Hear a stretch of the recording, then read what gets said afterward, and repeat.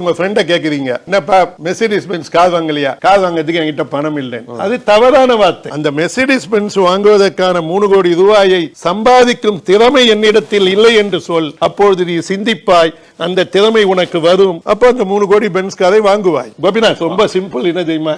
என்னத்துக்கு ஜனங்களை குழப்பணும் பார்வையாளர்கள்? ஏன் தமிழ்நாட்டில் இருக்கக்கூடிய 1 கோடி இல்லத்தரசிகள், 1.8 crore இல்லத்தரசிகள் இருக்கு, ஏன் அவங்க எல்லாம் 10 கோடி 100 கோடி பண்ணல தெரியுமா? அவங்க ஆசைப்படல, அவ்வளவுதான். Desire. See, once you desire that you need to make 10 crore money.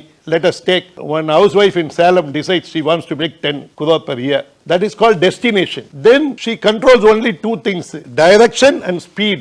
எத்தனை வருடத்தில் இதை பண்ண வேண்டும், எந்த வகையிலே பண்ண வேண்டும் என்று அவள் யோசிப்பாள். யோசித்தவுடன் விளைவுகள் தெரியும். தவறுகள் செய்வாள், செய்த தவறுகளை திருத்துவாள், அப்புறம் வெற்றி பெறுவார். சோ முதல்ல டிசைர் தான், இத பண்ணணும் அப்படின்னு ஆசைதான் எல்லா இன்பங்களுக்கும் காரணம், துன்பங்களுக்கும் காரணம், எதிர்பார்ப்புகளுக்கு காரணம். அந்த எதிர்பார்ப்புகள் நடக்காத போது ஏமாற்றம் வரும். அந்த ஏமாற்றம் மென்மையான வெளிப்பாடு கோபம் வரும். ஆனால் கடைசியிலே வெற்றி வரும். டைவர்சிஃபை எல்லாம் பண்ணவே கூடாது. அதுதான் முட்டாள்தனம். It is called distraction. But நீங்களே நிறைய பண்ணிருக்கீங்களே. ஏன் சார், நான் ஒரு முன்மாதிரியான உதாரணம் கிடையாது. நான் ஒரு முட்டாள். 14,000 கோடி பண்ணினேன். அப்புறம் எனக்கு பிரஷர் வந்த போது கம்பெனிகளை விற்று நான் வச்சிருந்த ஷேர் எல்லாம் இப்ப வச்சிருந்தேன்னா I was 20% owner of Bharati Television. நான் ஷேர் அனுப்பிச்ச போது Sunil Mittal was not registering my share. So I sold that for a paltry sum of 150 crore. நீங்க வின் பண்ணணும்னா ஃபோக்கஸ் பண்ணணும். ஃபோக்கஸ் பண்ணா ஒரு விஷயத்தை தான் ஃபோக்கஸ் பண்ணணும். ஒரு எளிய உதாரணம் கொடுக்கிறேன்.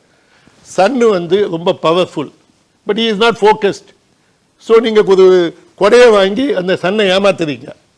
ஆனால் நான் இப்போ துப்பாக்கி புல்லட் எடுத்து விடுறேன், நீங்க ஃபோக்கஸ் தானே, தென் யூ டை.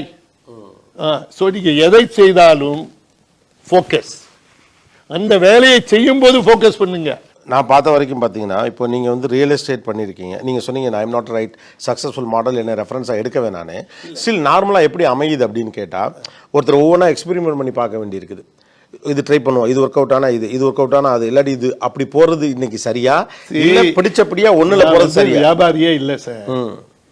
நான் கண்ணதாசன் கவிதையினை படித்து விட்டு கெட்டு போன ஒரு சாதாரண மனிதன். ஒரு கவிதை படித்தேன்.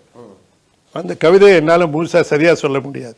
பிறப்பின் ரகசியம் யாதென்று கேட்டேன், பிறந்து வார் என்றார். கல்வி என்றால் என்னென்று கேட்டேன், கற்றுப்பார் என்றார். மனையால் சுகம் யாதெனின் மணந்து பார் என்றார். இப்படி எல்லாவற்றையுமே சொல்லுகிறானே கடவுள். இறப்பென்றால் என்னென்று கேட்போம் என்று கேட்டேன், இறந்து பார் என்றார். இப்படி எல்லாவற்றையுமே அனுபவித்து பார் என்றால் இறைவா நீ யார் என்றேன். சற்று காதருகில் நான் தான் அனுபவம், என்னை கடவுள் என்று மக்கள் கூறுகிறார்கள் என்றார். இந்த கவிதையை படித்து இறக்கும் வரையிலும் ஏதேனும் ஒரு அனுபவத்தை பெற வேண்டும் என்று துடிக்க ஆரம்பித்து விட்டேன். You need to communicate. உங்களுக்கு ஒரு ஐடியா வந்துச்சுன்னா அது நீங்க டான்ஸ் ஆடுற மாதிரி. அந்த டான்ஸை மற்றவங்க பார்க்கணும்னா இந்த மாதிரி கேமரா வேணும், விளக்கு வேணும். நீ லைட் ஆஃப் பண்ணிட்டு கேமரா இல்லாமல் டான்ஸ் ஆனா யாரை பார்ப்பாங்க உன்னை? So you need to communicate. The communicate includes advertising and convincing the people.